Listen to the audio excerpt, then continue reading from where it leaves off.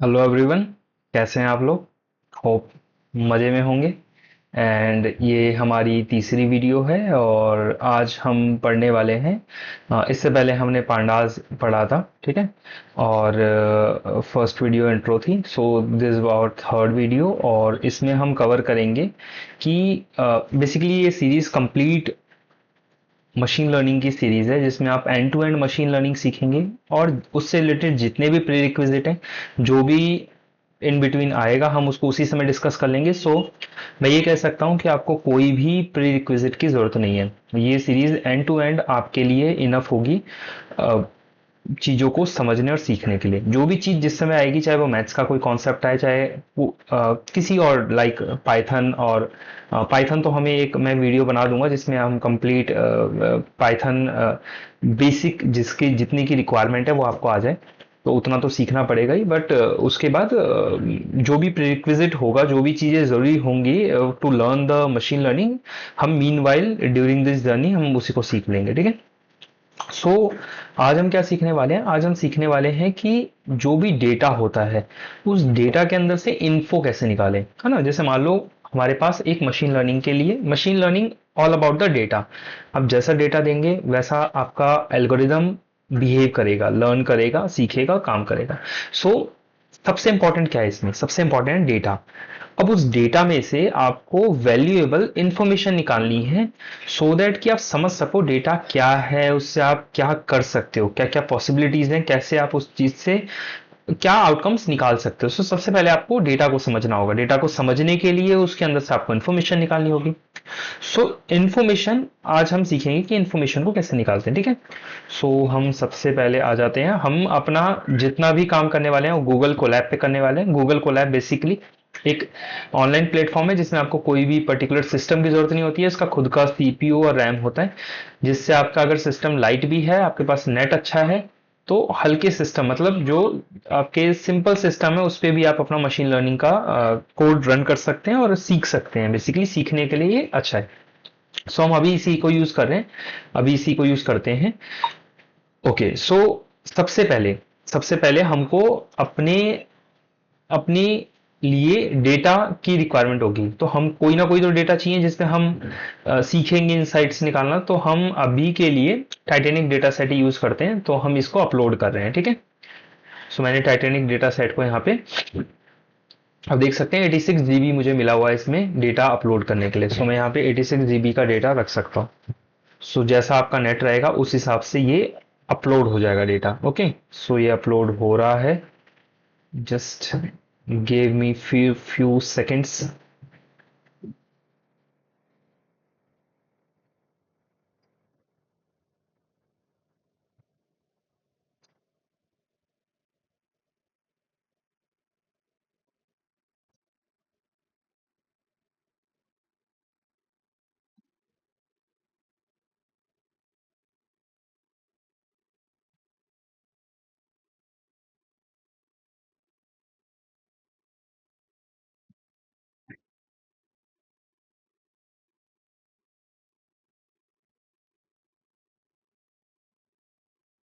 Okay, so Titanic data set हमारा आ गया है।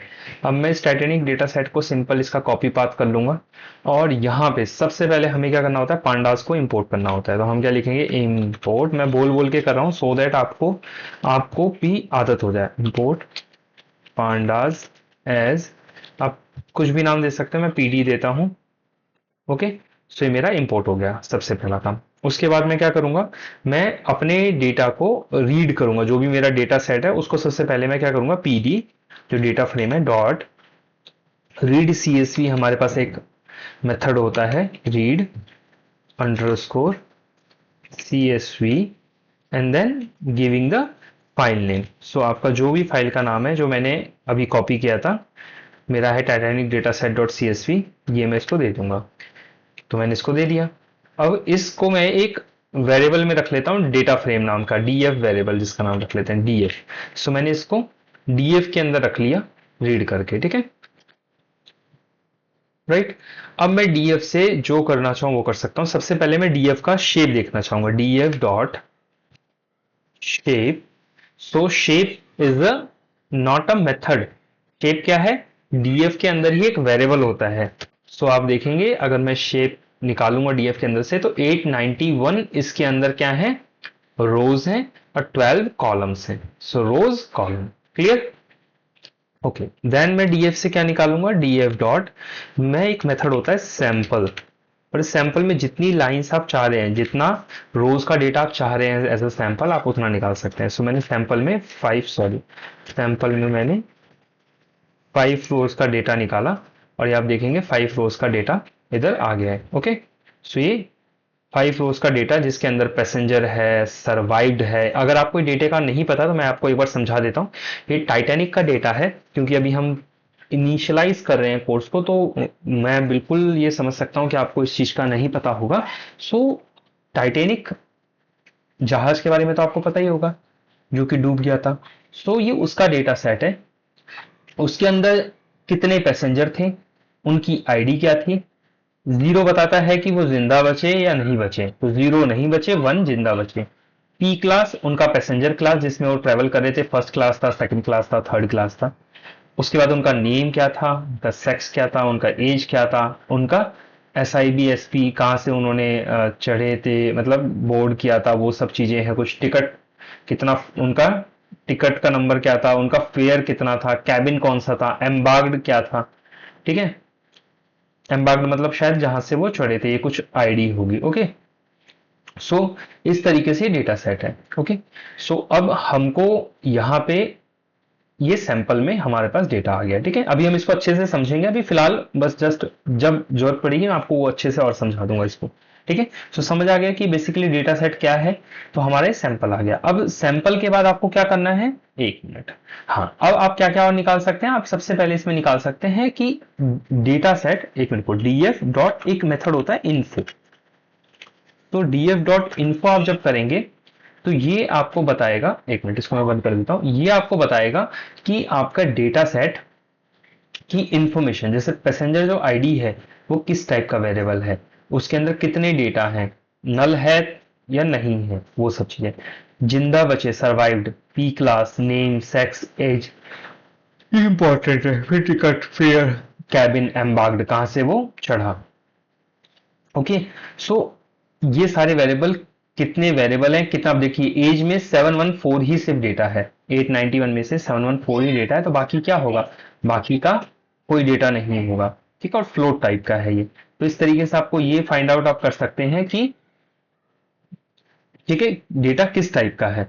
अब हमारे पास बात आई कि अगर डेटा नहीं है तो वो भी हमारे लिए एक प्रॉब्लमेटिक है, तो हमको वो भी निकालना है कि किस किस में डेटा कितना नहीं है। तो df dot is null dot, हमारे पास एक मेथड होता है सम। ठीक है, SUM। ठीक है, सो हम करेंगे तो आप देखेंगे एज के अंदर 177 डेटा नहीं है। एज में आपने देखा ना 714 ही है, तो 891 में से 714 माइनस करेंगे तो 177 नहीं है। कैबिन के अंदर 687 नहीं है। एम्बार्ग्ड के अंदर 2 नहीं है। ठीक है, तो इस तरीके से आप देख सकते हैं कि किस किस वेरिएबल के अंदर डेटा नहीं है। ठीक है, अब दूसरी चीज क्या आती है, दूसरी चीज आती है कि अब हमें ये देखना है कि कोई डुप्लीकेट तो नहीं है। बिल्कुल ये हो सकता है ना कि आपके डेटा सेट के अंदर जो वैल्यूज हैं वो डुप्लीकेट हो, तो डीएफ डॉट हमारे पास मेथड होता है डुप्लीकेट, डुप्लीकेटेड डॉट सम।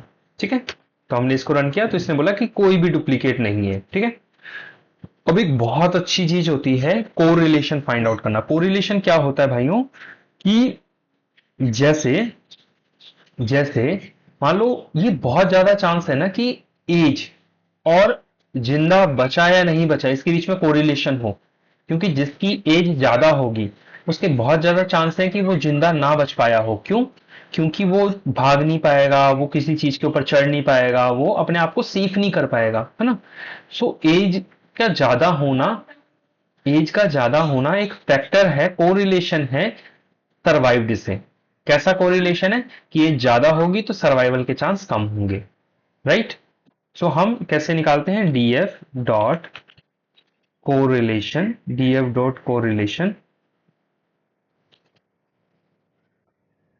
उसके आगे हम इसमें अगर अभी हम डालेंगे सर्वाइव्ड, SCRVIVED। ठीक है,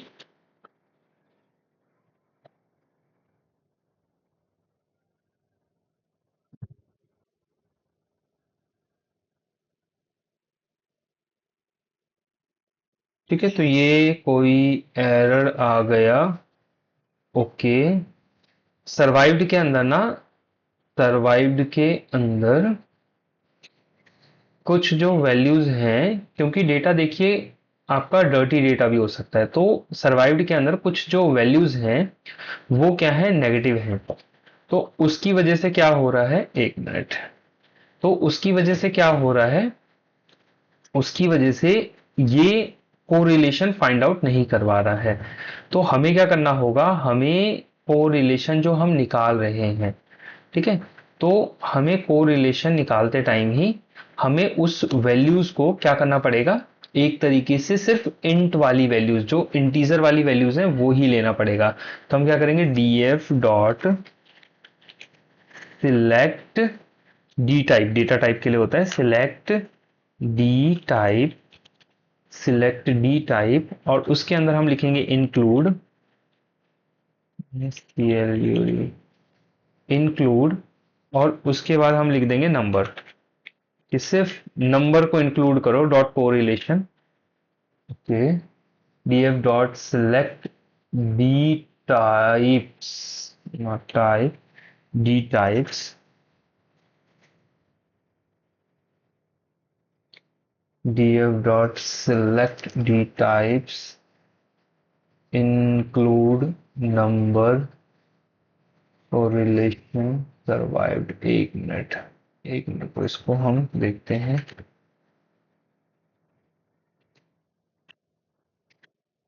स्पेलिंग क्या पता गलत हो, हाँ ठीक है। सो अब आप सिंपल लिखेंगे कि select D types include number, सिर्फ जो नंबर है उनको इंक्लूड करो, डॉट कोरिलेशन विद सर्वाइव्ड आप निकाल के दे दो।